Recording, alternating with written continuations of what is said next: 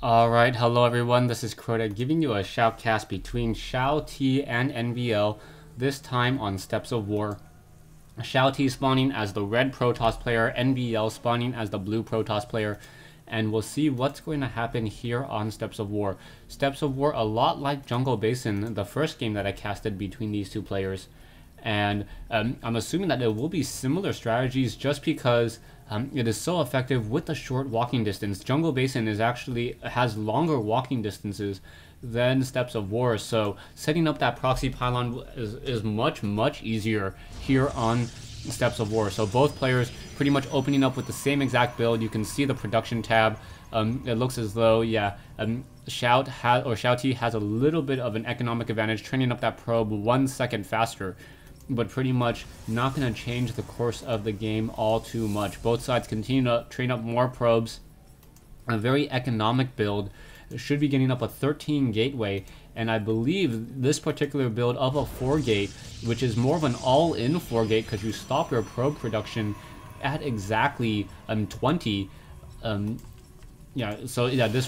is an all-in because you stop your probe production at 20, which allows you to get 16 probes on your mineral patch, 3 in 1 geyser, and then 1 probe in order to set up that proxy pylon. So continuing to just train up more and more units. Back over here we now see 1 probe making its way across the map, and NvL doing an early scout once again that will put him a little bit behind in the economic game. And we'll see what this translates to in the later game, as it is a minor difference. It is a minor difference, but the difference between good players and great players in StarCraft 2 is always those minuscule micro moves and those timings of about 3 to 5 seconds. So every maneuver, everything is really carefully calculated, and now we finally see XiaoT moving out with that probe scout. The warp gate, taking a look at the cybernetics core, you can see what translated into XiaoT getting a little bit of an advantage, about an 8-second advantage on his cybernetics core. So the cybernetics core will in fact be able to research that warp gate a little bit more quickly. And we'll see if that translates into any effective harassment, or if I believe NvL will be able to push this back. Warp gate now coming online here, so you can already see it's at 8 seconds, 9 seconds, already at 10, currently being chrono boosted, and now getting about a 14 or 13 second lead. And now there is a chrono boost, so it's about I believe a 9-second lead still. As that probe still wanders around on the inside of the space, we should be getting some additional gateways coming in. As you can already see, the probe production has stopped. Currently sitting on, what is this? Currently sitting on 20, I believe 20 harvesters. Yeah, both sides now sitting on 20 harvesters. And now 1 probe over here will be trying to make the trip back. XiaoT will walk up into this area and now place a proxy pylon. So that proxy pylon will be able to warp in units into this location here. And it is going to be a very bad day, I believe, for NvL, as NvL is a little bit behind on his warp gate tech, not by much, but the timing on this is going to be absolutely perfect. The instant that this warp gate research is completed, these gateways will be turning into warp gates. It is going to be a 4 gate.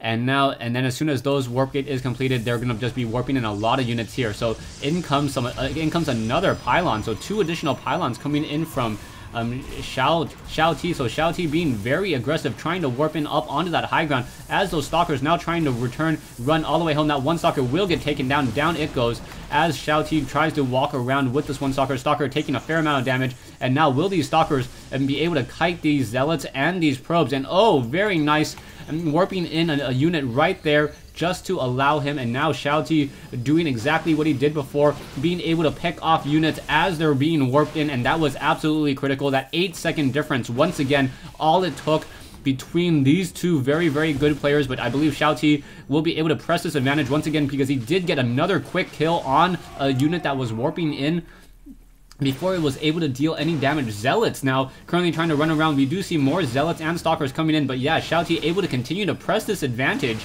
and picking off more zealots. So another very successful all-in 4-gate rush in this Protoss mirror match, going after those stalkers. Stalkers getting picked off 1 by 1, and now NvL says GG. So wow, once again a very effective 4-gate harassment.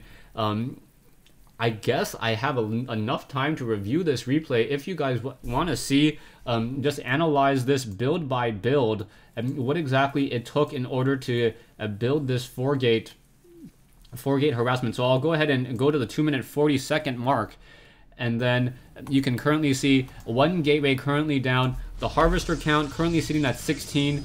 And now you can see both players saving up that chrono boost. So pretty much the exact same timing on both of these players' build. And now the Cybernetics core just a little bit ahead, as I mentioned earlier, just because of that, just because of the later scouting probe. The scouting probe just being there about 10-15 seconds later allows XiaoT to get this Cybernetics core faster than NvL. You can already see the warp gate research is already chrono boosted. Taking a look at the production tab, you can see 20 seconds compared to 7, 8. Both sides are chrono boosting, so I can't do the quick math calculations, but you can see what exactly is happening. And now XiaoT has stopped training probes. So both sides stopping on 20 probes. We did see that the Stalker was chrono boosted. So back over here, we also see more energy on this Nexus, and I believe this Stalker was also chrono boosted as well. So I guess if you're in this mirror match, don't chrono boost your Stalker. Save all of your energy for your warp gate. You have your probe in your opponent's base. Force him in order to force him to chrono boost that one gateway in order to get that one Stalker out, or sorry, in order to get that scouting probe out, and then you will be able to save up for another chrono boost here. I believe, yeah, if he had one more chrono boost right at this time, it would have been enough in order to stop this harassment. Now you can see that there is one proxy pylon over here, and now 2 pylons being placed down by XiaoT. So XiaoT doing a good job with 2 pylons.